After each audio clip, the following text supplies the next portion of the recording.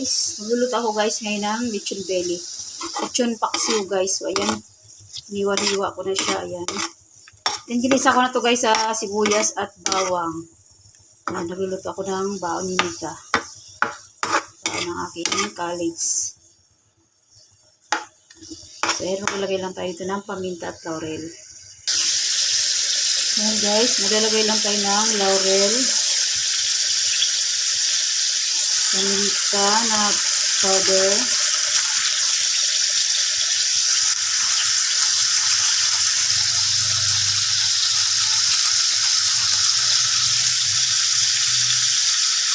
Ayan, pinagbabaon ko na kasi siya. Kasi nakaka-UTI siya sa kakakain niya sa mga fast food. Puro kasi siya McDo, Jollibee, hotdog. So ayan, nagluto na lang ako lang ng baon na. Then maglalagay tayo dito guys ng toyo. Ayan, maglalagay lang tayo dito guys ng toyo. Ayan, optional lang. Hindi masyadong malaking toyo na to. Depende sa inyo guys kung gusto nyo maalat. Then maglalagay tayo ng konting suka. Ayan.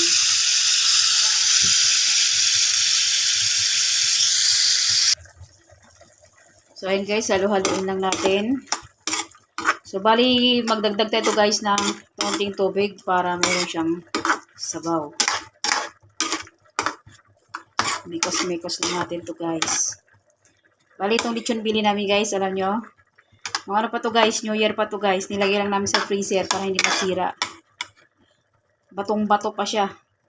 Kaya nahirapan ako maghiwa dito eh. Ayan o. Bali pinaksiw ko muna siya. Bago ko siya lalagyan ng mangkumas. At ng kaunting bang sangkap. So ayan guys, balikan natin maya-maya guys kapag na siya, malambot na ito. Lambot naman na siya guys, kaya lang dati na itong luto, kaya lang niluto ko pa siya para masarap. So ayan, magdagdag tayo guys ng siguro mga kalahating basong tubig. So ayan, para may konting sabaw. Ayan, ang laki ng laurel ko guys. Hindi ko ngayon natin hati. So ayan, baon lang naman ito ni Mika.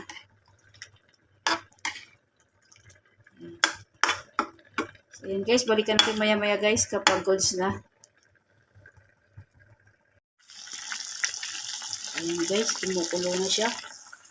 Maglagay na tayo ng ibang pampalasa dito. Katulad ng bitchin. Ayan, optional lang guys kasi pangitin ko sobrang dami.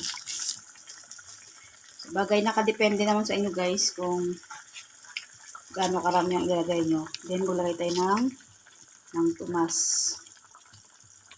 Ito ang pinakasarsa niya. Ang ginamit kong mangtumas dito guys ay ito guys oh. Yan, maliit lang na pack nito kasi konti lang naman yung niluluto ko. Kasi yung niluto kong lechon bili na may natira ko na konti. So ayan, gagawin natin lechon paksiw. So ayan, imikos-mikos lang natin guys. Ayan yung mangtumas natin, no. Mangtumas na maanghang sana guys ang ilalagay ko dito. Para may kaunting sika. Kaya lang. Ayaw ng aking anak na manghang. So ayan, medyo patuyo-tuyuin lang natin guys. Hindi na ako naglagay ng asukal dito guys. Kasi masyadong matamis na yung mangtumas. Depende naman sa inyo guys kung gusto nyo pang mas matamis. Pwede naman kayo magdagdag ng asukal. So, bali ako, hindi na ako nagdagdag ng asukal dito. Pangitin kasi pag sobrang tamis. So, ayan, balikan natin mamaya-maya guys kapag goods na ito.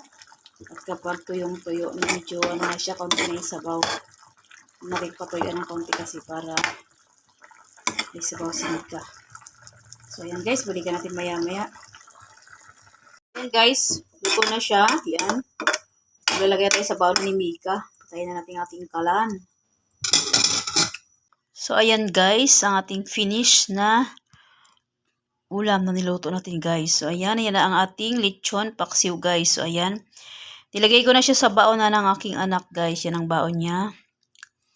Napaka-cute. Ayan, konti lang siya kasi kumain yan. Ayan, so yun lang guys. Thanks for watching. Please like, comment, share, and subscribe. God bless us all.